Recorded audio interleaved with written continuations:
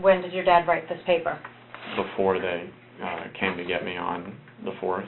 Yeah, I mean, I don't know the exact time. Do you know where the paper is or what it's written on? It's written on like a greenish yellow college ruled just piece of paper and pen. In the office or bedroom? Or? I don't know where he keeps all of his stuff. All right, so what else do you and Cody talk about? So then after talking about that, he says that he'll take care of it, and then him and my dad, they're the ones that always yell and raise their voices and everything like that. So did your dad eventually enter the kitchen, or did Cody go to your dad in the office? No, my dad came in when he heard that me and Cody were talking. And what was the conversation then? When they started to talk, I just left the room, and I just went back upstairs. So you didn't hear what they talked about? I mean, not in any. It was more just that he was defending that it's just that I just did this and that it's not like it's costing any money. Were they yelling? Did they raise their voice? Or they were talking? They were yelling. Did you hear any threats or? My dad had said that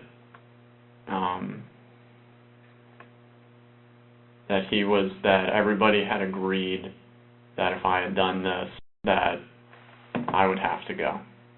That there wasn't any more wiggle room or second chances or anything like that. And then, he came around to the base of the staircase, and then he told me that I need to go. Your father did? Yeah. And then I told him that I was just trying to pick up the last few things that I needed to. There was like a bag of a trash bag of like my clothes that I had still not unpacked from when I got back from Cornerstone, that I just, had to gather and put into my car, all that, just random stuff.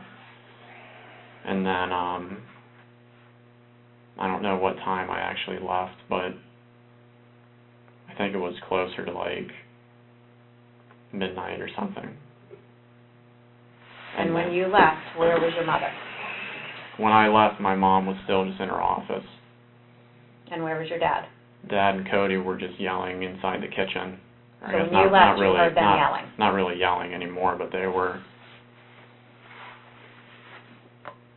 It was basically just the same exact conversation that had been going on, where there was nothing left, and then Dad looked through some of my things to make sure that I wasn't taking anything that wasn't mine. I think the only thing that he had a problem with was that I had taken like some of my paperwork bills from like the Chapman Law Group, but then since I wasn't the one paying for it, that they would need those, but then I still just ended up keeping it because I figured nothing else was going to be covered for me or anything. So then after I left, I took the Fort Christmas Road that connected up with 50, and then I was just at the Publix for the rest of the time. The same Publix we talked about earlier on 419. So from about midnight till 7 a.m., like you said, you were at Publix. And then is everything else the truth as far as the job interview and so on and so forth? All the rest of the times were accurate, and when I looked at the site, I only saw a small blurb. So when did you learn that your family was dead? I had been worried since last night when I was just in the hotel, but I knew when you guys told me. I mean, I knew when you guys had told me. You already knew, though. But I had... You already said, you knew.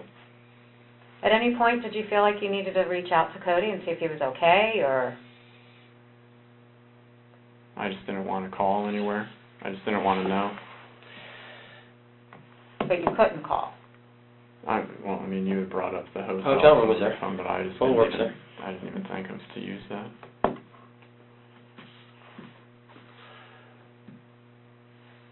You got a medical background, correct? Yes. You ever been to an autopsy? No. Okay. An autopsy tells us a lot of things. cause of death, a lot of times how close somebody was to something. Again, remember what I told you earlier? She didn't fire a gun, he didn't fire a gun, he didn't fire a gun. So they didn't get into a shooting amongst themselves inside the house. Angles tell us a lot of things. Dad was over here when he got shot. The bullet's in the cabinet and in the wall.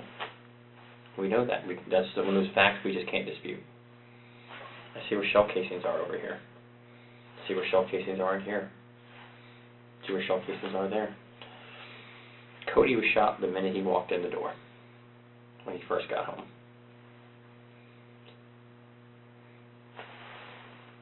Bullet went through him from his head to the back of his head, hit the door frame, and impacted into the wall. He never fired. He never fired. She never fired.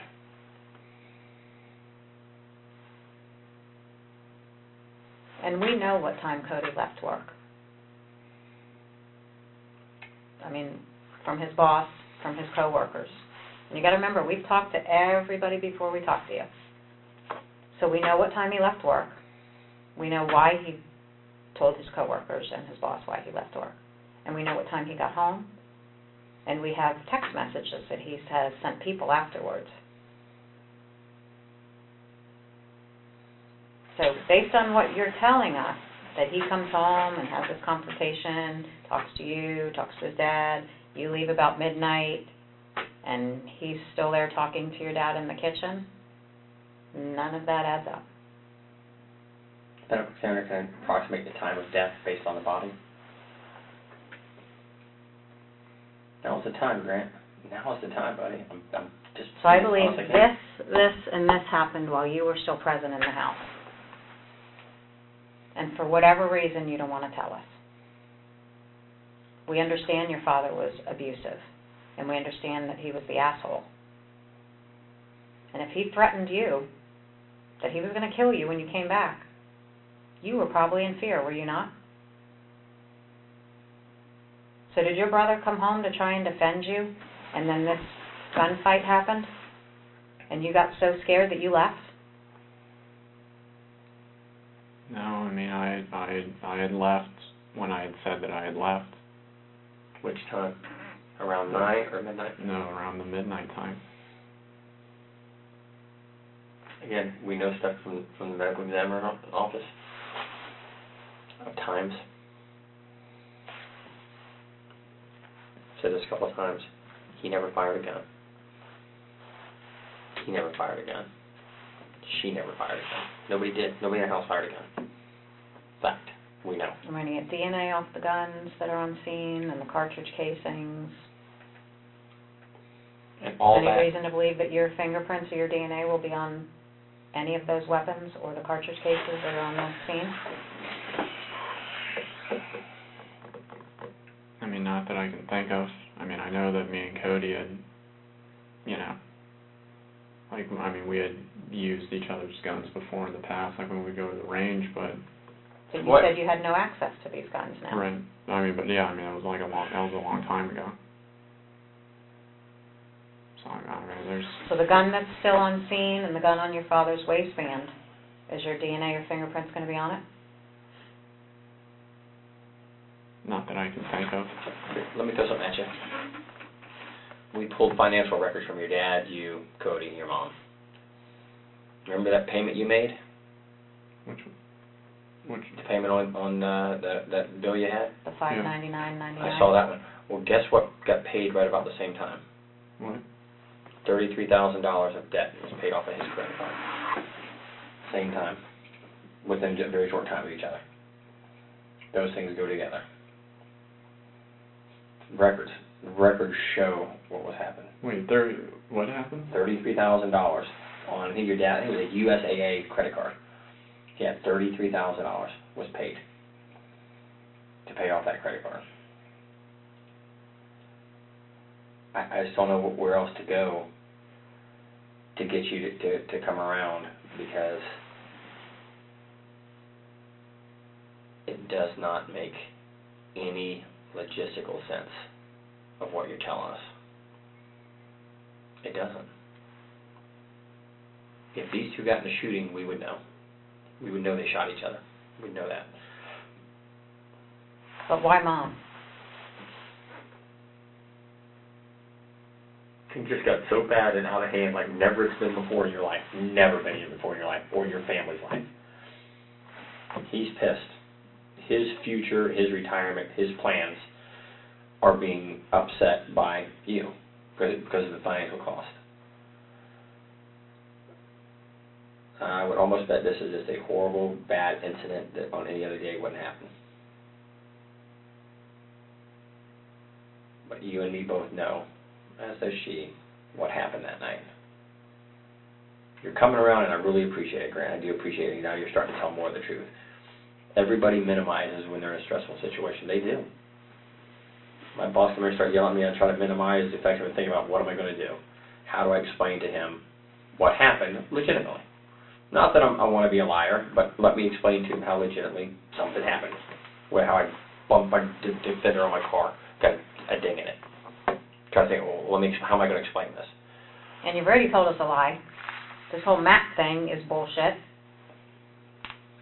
So when people start telling little fibs, they add up to big ones. And I told you, just tell the truth. I already know the truth. I know the truth. You can't convince somebody of something they already know the facts of. Walk outside today and you try to tell me it's night and I know it's noon. I know it's daytime, right? We both agree? Here's the time. Tell me what happened. Tell me what really happened in this very short time to get to where we are right here. I'm telling you 100 times. None of them fired a gun. None of them. A thing called gunshot residue. There's no gunshot residue on anybody's hands. Nobody fired a gun. You didn't shoot him. He didn't shoot him. Neither one of them shot them. I'm telling you. Look at everything. He walked in the door, shot them, and he walked in the door. Because right down here is a bag he carries in. Dropped right there where he opened the door, walked in, and gets shot.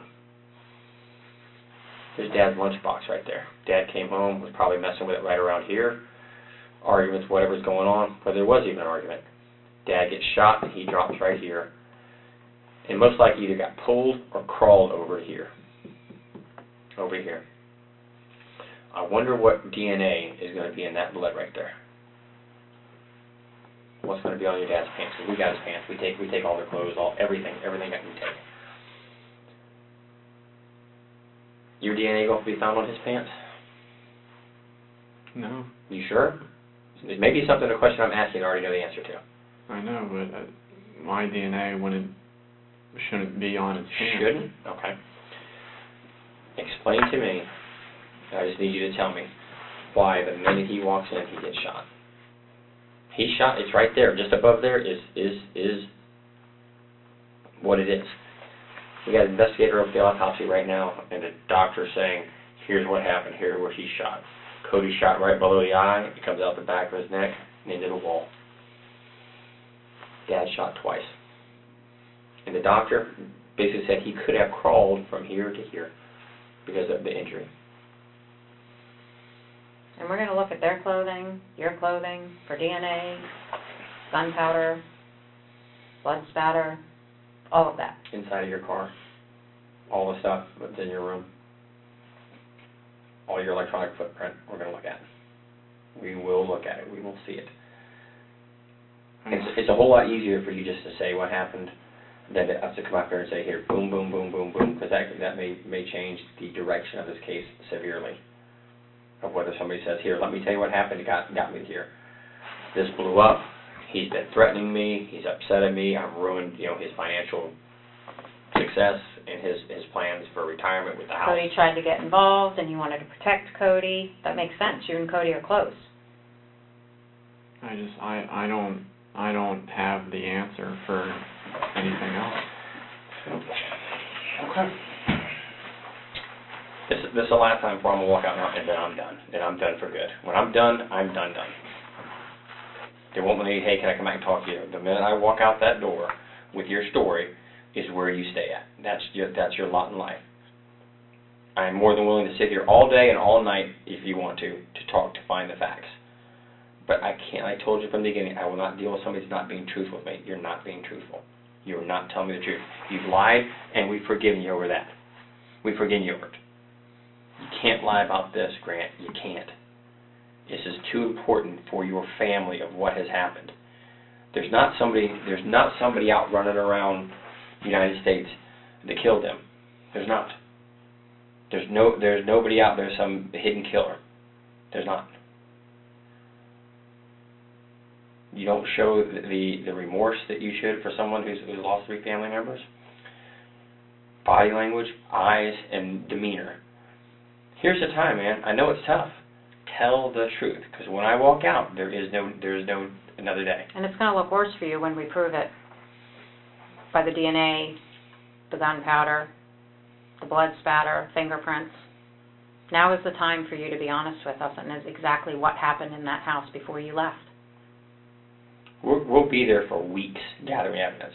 We are going to build the case because we're going to disprove the fact that nobody else came in this house. We already know that answer. But at some point, we will build a case to the conclusion that nobody else went in.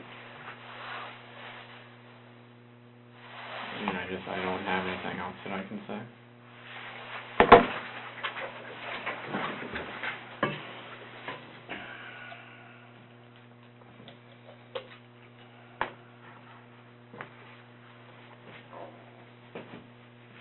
My brother even said the same thing of like, when all this financial stuff was happening, like why I couldn't show like sadness towards it. And I just don't know. I mean,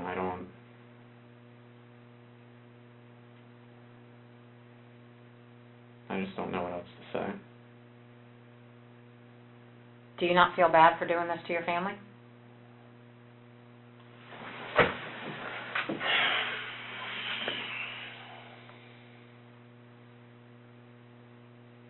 I don't know. You don't know what? You don't know if you feel bad for doing this to your family? I mean, I've been getting blamed for the last half a year for everything, and I've been trying to move forward into a positive direction. And then every day I'm reminded of all the trouble that I had caused. And then I keep being told the same thing over and over again, but there's nothing that I can do to change it. Do you regret doing this to each one of your family members? I didn't do that to each one of them. Who did? Who has such an axe to grind with your family that they shot him twice in the head, him in the head, and her? Who has it? Here, you sit in my seat for a minute. Sit in my seat. Get out of it. Here, sit right here. Come here. Sit right here. Get out of that seat. Sit right there for me. Sit on it. Look at it. Look at it from our side. Look at it from our side. Think of it from the way we look at it. Independent. What are we here for? One thing. The blindfolded ladies with justice. Justice is all we're here for. Justice. Look at it. Who has a motive? Who has a motive to hurt your family? You could say Jason, but we already know what Jason was. I can account for every bit of Jason's activity. Every bit of it. Jason gave a statement. What's the first thing we looked at? Is Jason telling the truth? Can we verify what he told us? And in quick succession, we did. He said I was XXXXS. And he went, yep, he sure was. And we know exactly when Cody left work. And know when Cody got home. And know when Cody stopped answering his phone. And know when bills were paid. And knows when vehicles left. And know when phones tagged hotspots. Know it all. Know every bit of it. Now it's time for you to admit to what you know. Because you're saying, I didn't do something, I don't know something. It's an easy thing to say to yourself, but you can't say it to us. Because facts and evidence don't lie. I've done everything I can do to get to the bottom and the truth. And we're not getting there. But I promise you down at some point, the facts will get there. And then you're going to ask, hey, can I talk to you and tell you what happened? And the answer is no. After we walk out of the room, like I said, it's done. There is not a second chance. There's one time to make a first impression. You heard that one before? This is it. I believe you're not a bad guy. I do. I believe you want to tell us what happened. And there's a reason this got so bad. There's a reason. That's all I'll say.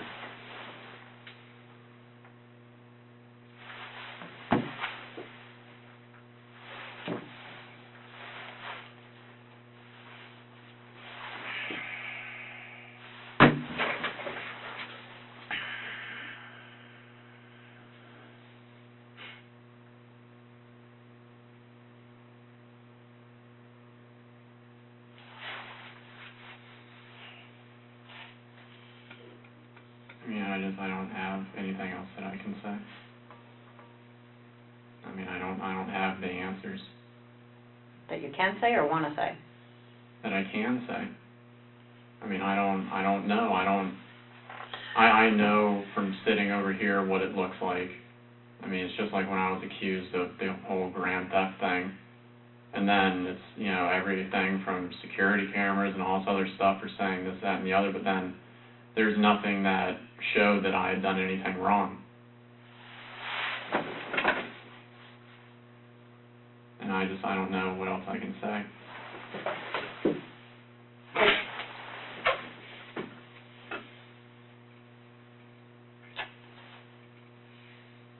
So what they accused you of, you didn't do? The grand theft thing? Mm-hmm. Right.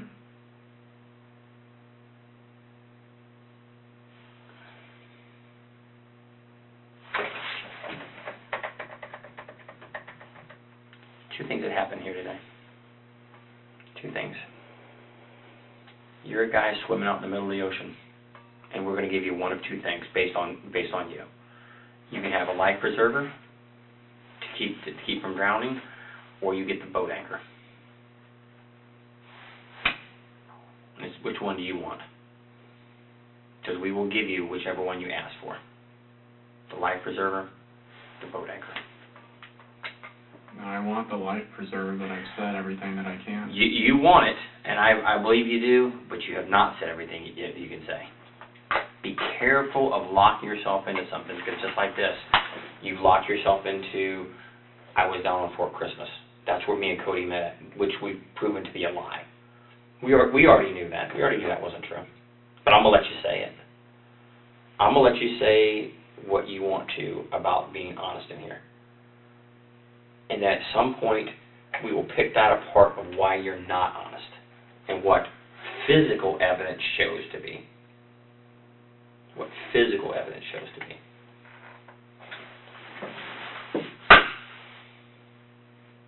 If you want to be honest, this is the time right now to be honest.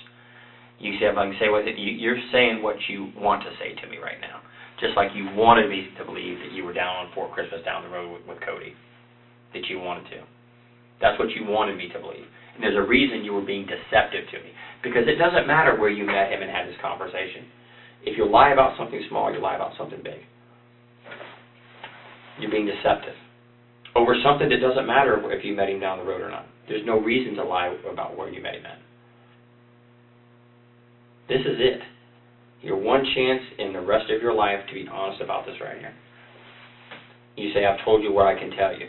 You told me what you want me to know. Just like you told me what you wanted me to know about that. And for Eva to know what you want to know about that. But it's not true. Just like you want to tell me what you want me to know about this. I get this. I get that. I don't get that. I don't get that. I don't get it. I don't. One, I get. I understand. She didn't bully you. She didn't belittle you. She didn't run you into the ground. Nor did he. I don't get it. But this is it. Because you're just about, I've kind of got a number in my mind that I'm going to get up and I'm going to walk out and we'll take our stuff and be on our way and you're going to go the way you go. But there will be a time where you ask for that life preserver. can't give it to you. I can't. Once I cross a line I got to step over, can't do it. Won't do it. Think about that. I want to talk to her for a minute. Think about the last life preserver I can give you. Think about it. Take a few minutes just to reflect on it, and then we'll come back to you in a couple of minutes, and then we'll go from there. And what happens is what happens. Fair enough?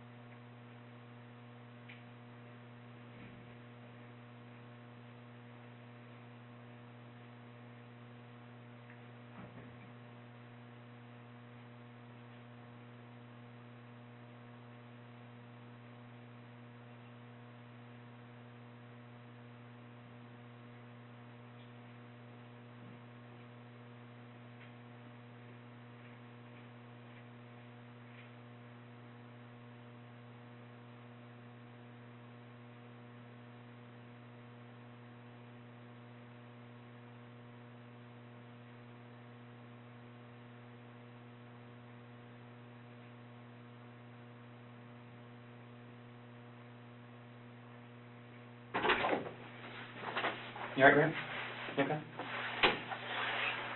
Need some food, some water? You good to stay for a while longer? You okay?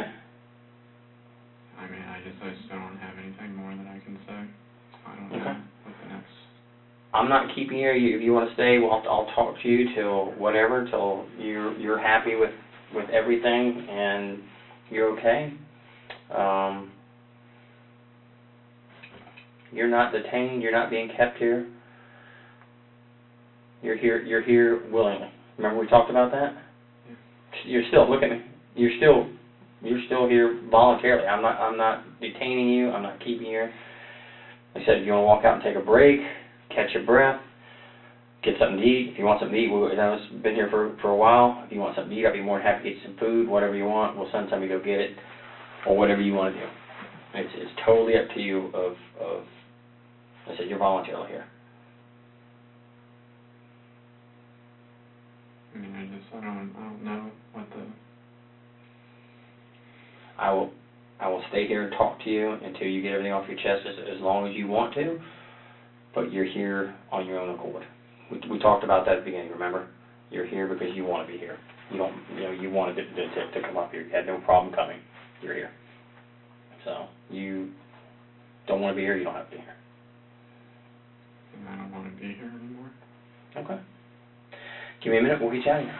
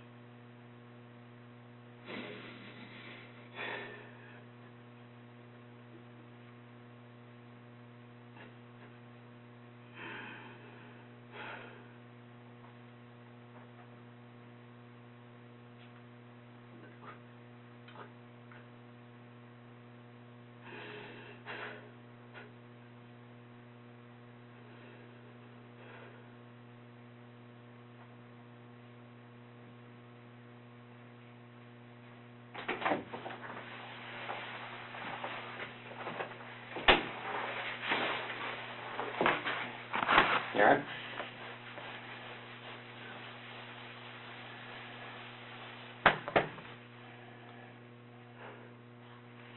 You have somewhere you want to go? You too, we can put you up in a room for the night. I know things are tough for you. I was just going to go back to the hotel. I don't think you're going to be able to get back into that room.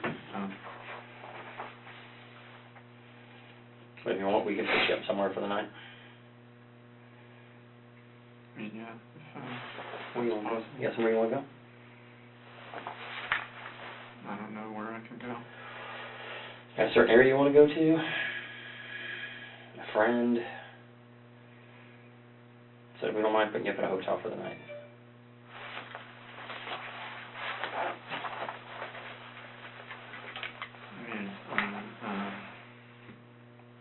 We got some hotels right here in Sanford. Would that be all right?